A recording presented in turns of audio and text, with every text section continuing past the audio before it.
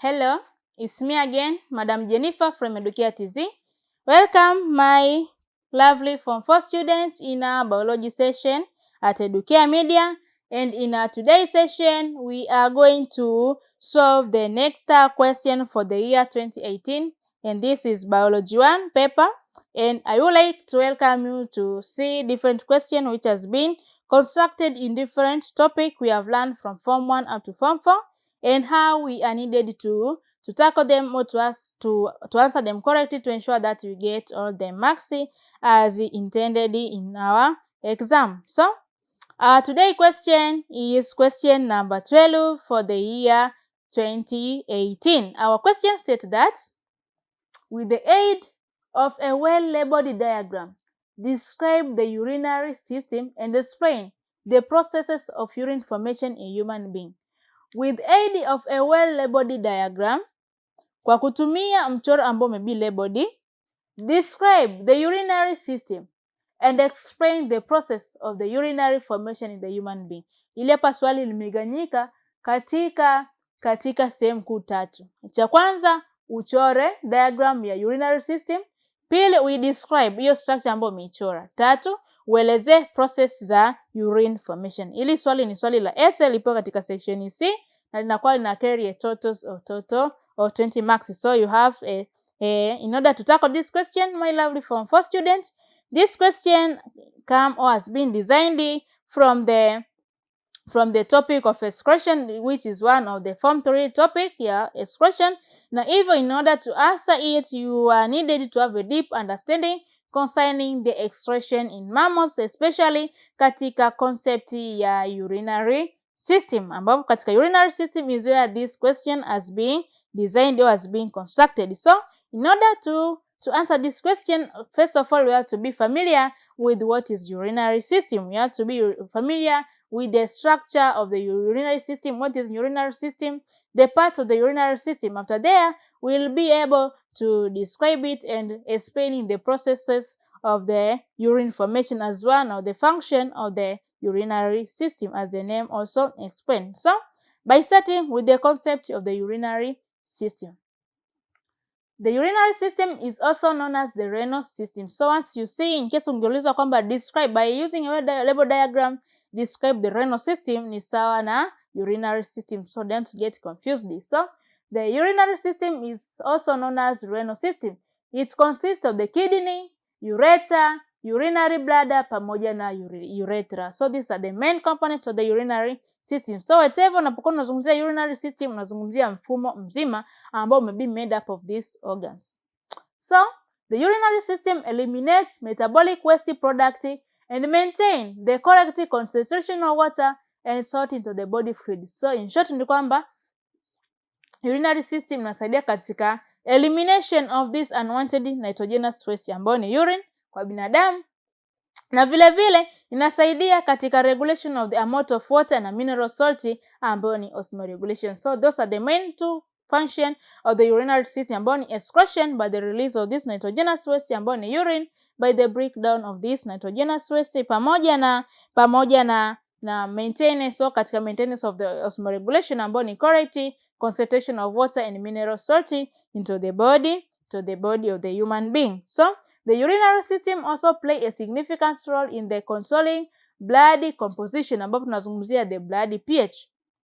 Na vile vile inasaidia katika blood pressure na pH of the blood of the body fluid, katika blood pressure pamoja na pH of the body fluid. Na pia tunazungumzia the amount of acidity and basicity of the body fluid, kuweza kuensure kwamba hakuwepo na excess mineral salt au hakuwepo na kiasi kubwa sana kidogo sana cha mineral salt katika body fluid. By starting with the first component of the urinary system ambayo ni kidney. Tunazungumzia hapa nini? Figure ambayo ni one of the first, which is one of the very crucial and very important part of the urinary system ambayo ni kidney. Within the kidney is where these all processes do take place of the urine formation. So kidney are pairs of the reddish brown bean shaped organ found on each side of the back of the lower portion of the abdominal cavity. So zenyewe zipo kama harage, zenyewe they are paired reddish brown bean shaped structure ambazo zenyewe zina be located katika back of each abdominal abdominal portion. So the kidney are well protected by the ribs and muscles as well as the fat that surround them.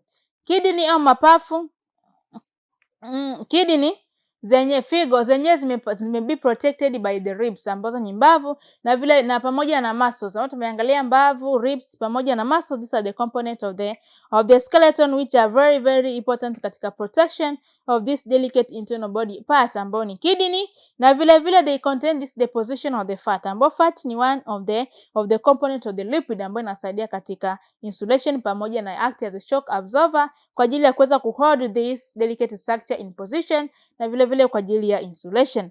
So the function of the kidney is to excrete urine by filtering waste and excess water from the blood. The main function of the kidney ni katika kuweza excrete urine ambayo ni waste product, na within the kidney is where there is nephron ambayo ni structural functional unit of the kidney, ambapo na kuna kuwepo na filtering of the waste na excess water from the blood are reabsorbed kuweza kuensure the water balance under the control of the aldosterone hormone. Kama tumeangalia katika endocrine system katika topic yetu ya coordination. Kama hujafuatilia, please review it so that you can improve your understanding. The second component of the urinary system ni ureter. Ureter yenyewe ni tube ambayo inakuwa ina carry the urine from the kidney to the urethra. So to the bladder, not to the urethra, to the bladder. So the ureter are the two tubes of the smooth muscle. Smooth muscle zenyewe ni involuntary muscle, meaning that they work under involuntary control. They are not under the control of the brain, so they are involuntary muscles. So the tube of the smooth muscles that extend from the pelvic region of the kidney to the urinary bladder. Their main function is to carry the produced or the excreted urine from the kidney to the gallbladder, where they will be stored there temporarily before the urination. So the major function is to carry the urine from the kidney to the urinary bladder, where they are to be stored temporarily until the period of the urination. So the entrance of the bladder have the ureter vesicle valve. This ureter vesicle valve inasaidia katika prevention of the backflow of the urine from the urinary bladder kwenda kwenye figo. Na vile vile nyingine ni urinary bladder, ambayo urinary bladder yenyewe inasaidia katika temporary storage of the urine before the urination. So the urinary bladder, this is a spherical muscular sac that is located within the pelvic cavity. So this is a spherical muscular sac that is located within the pelvic cavity. It is where the waste are temporary. It is where the waste or the urine are temporarily stored before being discharged out of the body to the urethra na kwenda ku be released through the penis kwa mwanaume au through the vagina kwa mwanamke. So at the base of the urinary bladder there is a sphincter muscle. Sphincter muscle, these are the muscles which are responsible for the control of the entries or the passage of the urine during the urination. So mtu anapokuwa tayari bado na mkojo, this sphincter muscle tend to relax kuweza kuensure kwamba mtu anakuwa na mkojo, lakini pale ambapo kibofu kimekuwa bado kijajaa, they tend to contract mpaka pale kitakapojaa na mtu aweze ka experience urination. So at the base of the urinary bladder there is this sphincter muscle that prevent the bladder from emptying the urine until it reach a certain level. Another component ni urethra, ambayo urethra sasa inakuwa inapitisha mkojo nje, lakini vile vile foramen inakuwa inatumika katika kupitisha the sperm during the ejaculation. So urethra is a thin fibromuscular tube that begin at the lower opening of the bladder and extend through the pelvic to the outside of the body.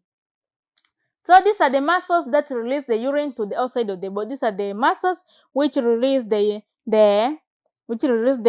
urine outside of the body kwenda katika penis kwenda to be spayed out na katika vagina and to be spayed out. So it's also connected to the duct deferens. Na kwa wanaume inabidi connect na mrija wa kupitisha mbegu za kiume za kupitisha this sperm, ambao ni ductus deferens in male to enhance the ejaculation of sperm, and this is a structure of the urinary system. So mpaka hapa we are done with the first part of the question, ambayo ni kuweza with aid of the diagram uweze ku describe the structure of the human urinary system. As you see here, tumeweza to include all this organ which made up the urinary system. Kwa mfano tumeweza kuona hapa tuna kidney ambayo hizi hapa ni bean shaped brown reddish bean shaped structure ambazo zipo katika back of the abdominal cavity.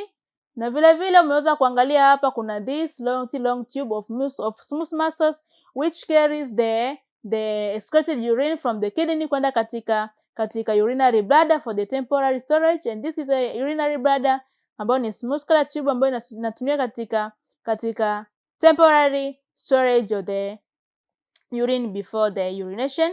Na vile vile kuna this sphincter muscle which tend to control the passage of the urine during the urination, na kuna this ureter ambayo inasaidia katika kuweza kupitisha mkojo nje. These are the pelvic vein pamoja na aorta ambayo nyingine inakuwa inaingiza deoxygenated blood katika kidney, nyingine inakuwa inatoa this deoxygenated blood.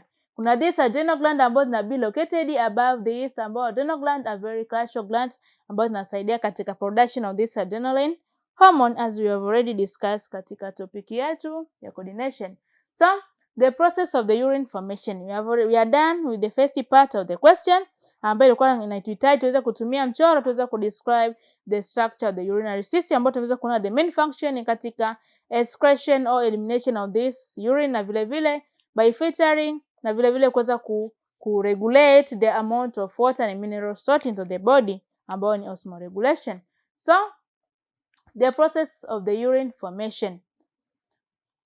The blood from the afferent arterioles which enter Bowman's capsule is rich in glucose, fatty acid, amino acid, vitamin, protein pamoja na urea and excess salt.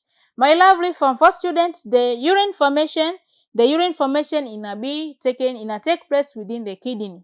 Katika figo is where the urine is being formed, as you see, na be carried by the ureter kwenda katika urinary bladder to the urethra na be passed out into the outside of the body. So within the kidney is where there is the nephron, ambao there is millions of the nephron, which is a functional structural unit of the kidney which is responsible for the urine formation. So the process of the urine formation take place within the nephron ambayo inapatikana within the kidney. So the process of the mechanism of the urine formation inakuwa take place into 3 phases. We are going to discuss them in detail. So before tuangalie kwanza how this process starts. So the blood from the afferent arteriole, this is the blood vessel ambayo inakuwa inaingiza au inapeleka damu kwenda katika Bowman's capsule, ambayo yenyewe ni very very thin, hivyo kusaidia kwamba that blood which will be carried into the Bowman capsule ambayo may contain numerous glomerulus kwa ajili ya filtration, it will be under high pressure kwa ajili ya filtration, kuweza kuongeza ile ultrafiltration process. So this blood may contain glucose, fatty acid, amino acid, vitamin pamoja na protein, urea and excess salt. So a nephron is a structural and functional unit of the kidney which is concerned with the excretion and the homeostasis. Homeostasis, the removal of this nitrogenous waste ambayo ni urine, na homeostasis ambayo ni regulation of water content and mineral salt into the body fluid. So the formation of the urine involves 3 stages which all occur in the nephron and the kidney as follows. The first one is glomerular filtration, second one is reabsorption, and the third one is secretion or removal of the material. These are the main processes of the urine formation which taking place within the nephron which are found within the kidney. Ya kwanza ndio hii hapa ni glomerular filtration, ambapo hapa nienda kufanya ni uchujishwaji wa this blood which contain different components. Ya pili ni reabsorption, ambapo inatokea ni selective reabsorption. Only some substance, water, mineral salt will be reabsorbed na zingine za be removed out. Lakini nyingine itakuwa ni secretion and removal of material, ambao those unwanted material will be removed and the other one will be reabsorbed back kwenda katika mwili. Tukianza na first process ya urine formation ni ultrafiltration. Ultrafiltration hapa tunatumia ultra, meaning that kunakuwa kuna selective filtration. Kama chujio, kuna baadhi ambavyo vitachujwa, vingine vitaachwa. So tunaita ultrafiltration. So this is the first step in the formation of the urine from the blood. It occurs in the glomerulus. Glomerulus inapatikana ndani ya nephron ambayo ni functional structural unit of the kidney.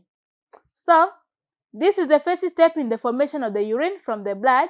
and it occur in the glomerulus. Glomerulus, this is the dense of the connective blood capillaries, ambazo zenyewe ndo zinaakti kama chujio. So the lumen of the afferent arterioles is significantly smaller than the efferent arterioles. The lumen au the diameter of this afferent arterioles ambayo inakuwa imecarry blood na kuweza kuziingiza katika cup like shaped structure ambayo ni Bowman capsule, ambapo within them kuna kuwepo na band of the blood capillaries tunaziita glomerulus, inakuwa ina small diameter kuliko efferent. Efferent yenyewe inakuwa inatoa this filtered material kuweza kuziingiza katika other parts of the nephron, lakini this afferent ambayo ina carry this blood kwenda katika nephron kwa ajili ya kuweza kuchujwa. Na hivyo as a result a very high aldostatic pressure is set in the glomerula when the blood passes through it. This is due to the smaller lumen of this afferent arterioles. Muda mwingine unaweza kaulizwa uweze kuelezea kwa nini the lumen of the afferent arterioles ni smaller au ni narrow than this efferent. This is one of the main reason kwa ajili ya kuweza kuongeza pressure kwa ajili ya efficient ultrafiltration. Vile vile this pressure forces the plasma through the capillary wall into the glomerula.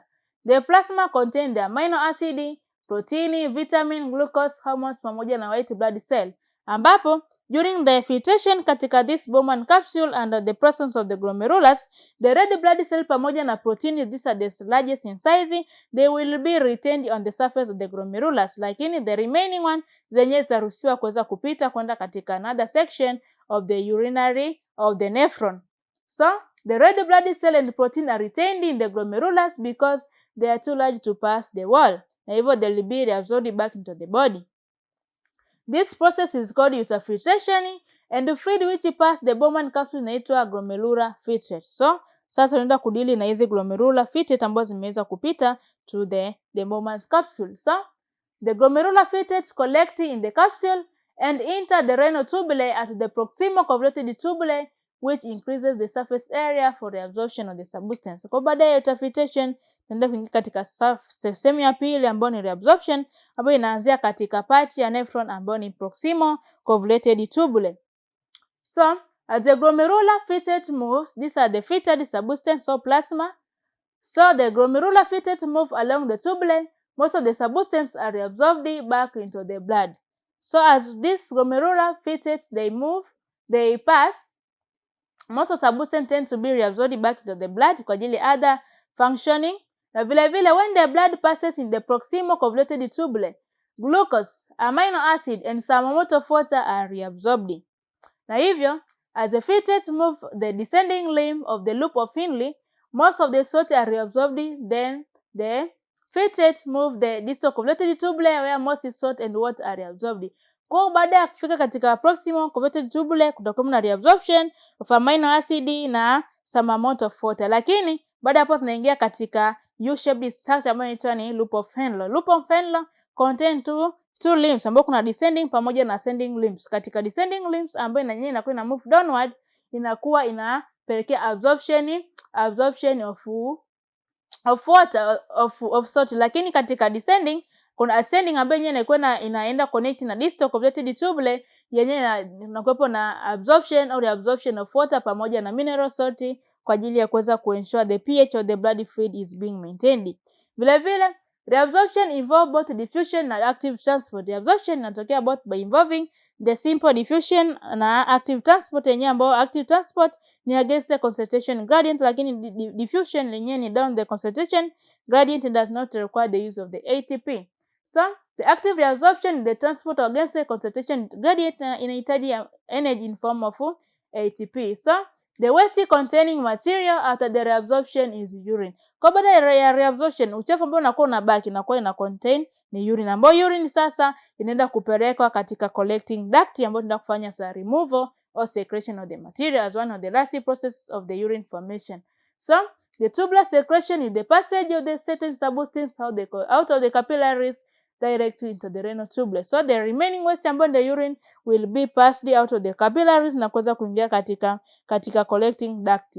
So the tubular secretion passes out to drugs such as penicillin are secreted into the renal tubule from the capillaries. Na vile vile urea and uric acid may have been reabsorbed and also secreted. Na vile vile excess potassium secreted into the urine, zenyewe na be secreted kwenda katika urine, na vile vile tubular secretion maintaining the pH of the blood. This is one of the main purpose ya tubular secretion. Another stages of the urine formation ni removal of material au secretion, ambao sasa tunaenda ku remove those unwanted material. Vile vile ndio kutokea the reabsorption of water, ambayo ni under the presence of this vasopressin, ambayo inasaidia katika controlling of the amount of water into the body.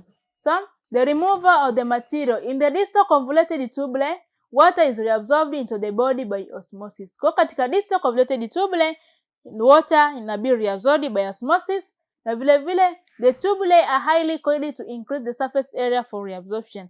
This distal convoluted tubule is highly coiled kwa ajili ya kuweza kuongeza sehemu kwa ajili ya maximum reabsorption of this water by osmosis. Vile vile the glomerular filtrate, ambao ni zile filtered plasma zenyewe zinakuwa zina flow into the collecting duct where more water is being reabsorbed. So within the collecting duct more water will be reabsorbed. Na hapa tunaenda kuangalia kwa wale watu ambao wana shida ya kisukari, ambao ni diabetes insipidus, ambao wenyewe wanakuwa na secrete this diluted urine with more amount of the glucose, wanakuwa wana shida katika wanakuwa na shida katika vasopressin au antidiuretic hormone, ambayo inapelekea failure of this collecting duct katika kuweza kufanya maximum absorption of water pale ambapo maji yanakuwa hayapo. Hivyo inapelekea mtu wa kisukari kuweza kupata kiu kila muda, hivyo inabidi aweze kunywa maji mara kwa mara. This due to failure of this hormone, ambayo inasaidia maximum absorption of water, reabsorption of water, kuweza kuensure kwamba the amount of water is being maintained katika maji, kuweza kuavoid this dehydration. So in this stage filtrate from the urine. So in this stage that glomerular filtrate inatengeneza the urine which is flow into the collecting duct, then into the pelvic of the kidney. Kwa hiyo katika secretion of the material tumeona hapa inaanza katika distal convoluted tubule pamoja na collecting duct, lakini katika ultrafiltration tumeona inaanza katika proximal pamoja na collecting duct, katika proximal convoluted pamoja na katika collecting duct, lakini ultrafiltration inatokea katika ile structure yote ya Bowman's capsule.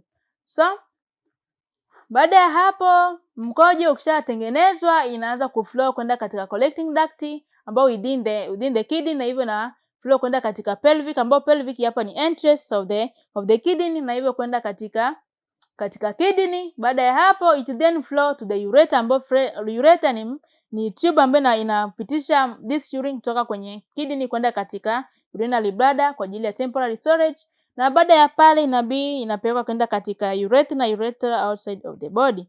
So ishafika katika bladder, when the bladder is full, impulses are sent to the brain to create an awareness on the presence of the urine in the bladder.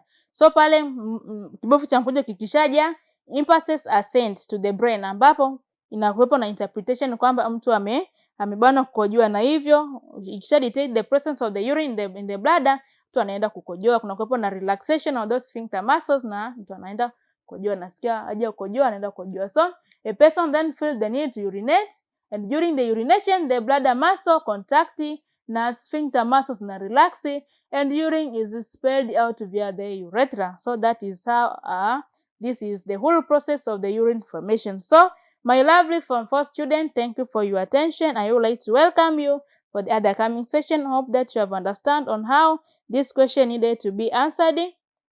Just provide a brief explanation. Usitegemee sana katika cramming. Try to give what you understand. Usimeze, lakini utakiwa uandike kile kitu ambacho umekielewa. So thank you for your attention. I would like to welcome you in another coming session here in Educare Media. Please, if there is any misconception, don't hesitate to write in the comment section. Also, keep on subscribing. Also, you can welcome your mate to keep on following the Educare Media for other learning. Have a nice moment.